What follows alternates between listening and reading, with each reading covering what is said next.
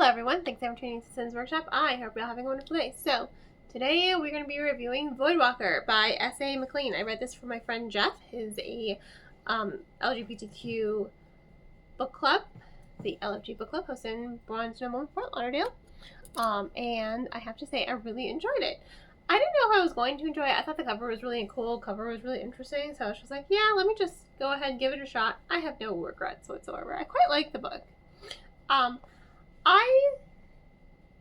And he and I had this discussion.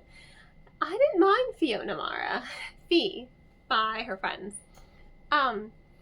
She is a little abrasive to begin with, and you can tell that there's like a wall. She has a wall up, and I didn't mind the wall. You know, Jeff's like, oh, she's a little annoying, and she can be.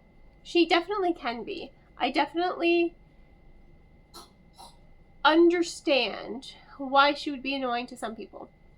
But you can tell she's dealing with her own kind of PTSD, and it's there, you know, she does bring it up ever so often throughout the text, even early on, you know, like, oh, she's dealing with baggage, like, this is a person who has baggage.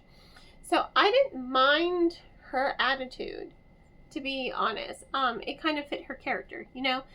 I mind when people are abrasive and it makes no sense to the character, and it's like, oh my god, just shut up and stop being stupid. So that is technically, or it tends to be, one of my pet peeves. However, I think the author did a really good job with grounding our character, with throwing in those hints about her own PTSD with the diary, and, you know, her alcoholic father, and, you know, absent mother, and just a lot of her fears.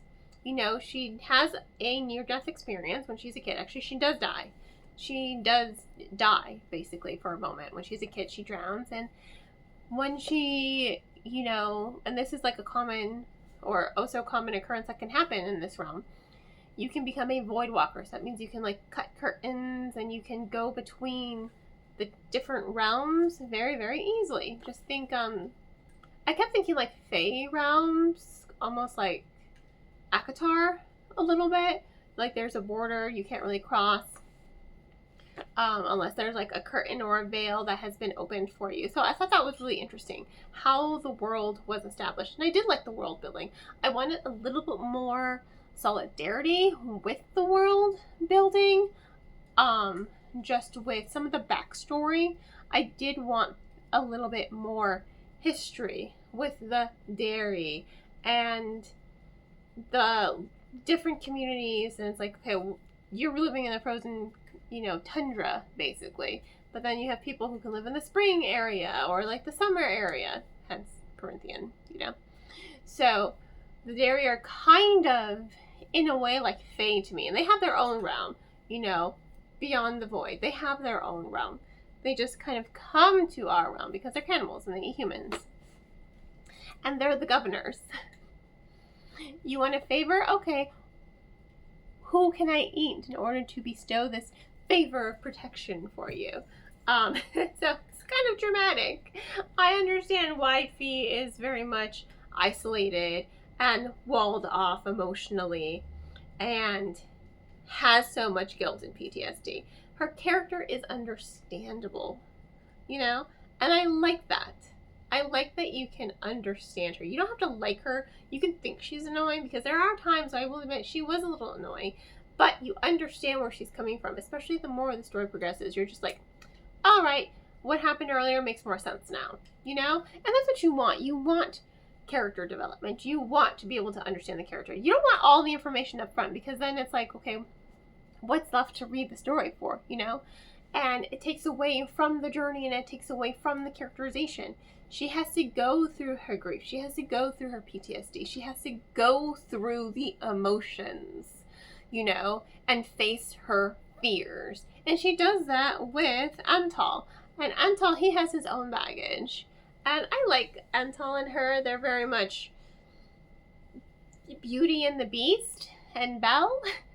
She breaks into his, you know, place, and an opposing dairy, you know, dethrones him as governor, she's like, oh, well, you're weak, because he doesn't like go out hunting and eating, you know, the people of the village. He wants to be better. He wants to, you know, be better. So with Fee and him, their relationship, I like their dynamic, and I like how they grow together. You know, they develop and grow first as individuals and then as a couple, and it makes sense. You know, they help each other be better. They help each other face their demons. They help each other to grow, first as friends, before we're going into that romantic entanglement. And that's one of those things that I like the most. When you're developing that friendship first before you go head straight into the romantic. Like, yeah, she's attracted to him. You can be attracted to your friends before you get to know them. And then there's, you know, sometimes you meet the friend and you're like, yeah, I know, you're more of a friend to me. And then it's just like, oh, yeah, something blossoms. You know, and that's what happens here in this book. They blossom. And I like that. I like being invested in the characters and that characterization. Like I said, I think the only thing that would have been better is a little bit more world building. Just the structure of the layout of the land. And just like kind of the origins of the dairy. I want a little bit more information on all of that. Because it seems like they weren't always there. You know, there are mentions that it wasn't always like this. So I just wanted a little bit more. And I'm hoping book 2 will give us a little bit more. This is a book as well. I know that I just said there's a book 2. You don't have to read book 2. This novel ends in a way that you don't, it's pretty closed. You don't have to read book 2. It doesn't leave off on a cliffhanger. You can read book 2 if you like the characters. I'm totally going to read book 2. But it's a solid enough ending that you can read this one and then be done with it, if you so desire. You don't have to continue. And again, that's another thing I like with the storytelling.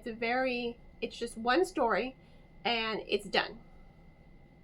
It's, you know, sometimes I like one and dones. I think everyone occasionally likes one and dones. So I like that it's a solid enough story on its own. There are hints and allusions to an overarching plot, but it's not the story here. No, the story here is about Fee and Antal growing as characters and facing their trauma and their PTSD and growing and becoming better people. So, you know, while they take down ex-girlfriends and, you know, ferocious evil dairy bitches. So, you know, it's a really good book. I thoroughly enjoyed it. I'm looking forward to book 2. I like books with really good characterization.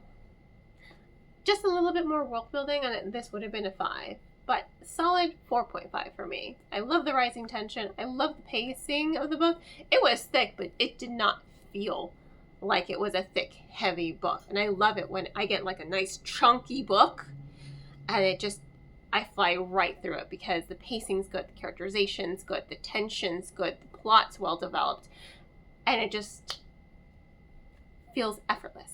I love that when I see a book. I'm like, oh God, that's chunky. And then I flow right through it and I blow through it and I'm like, oh yeah, that was a good book in my opinion. Just a little bit more world building and it would have been perfect. So on that note, thank you all for tuning in. Please don't forget to like, subscribe, and share with all your book loving friends. I hope you all have a wonderful rest of your day, and as always, happy reading.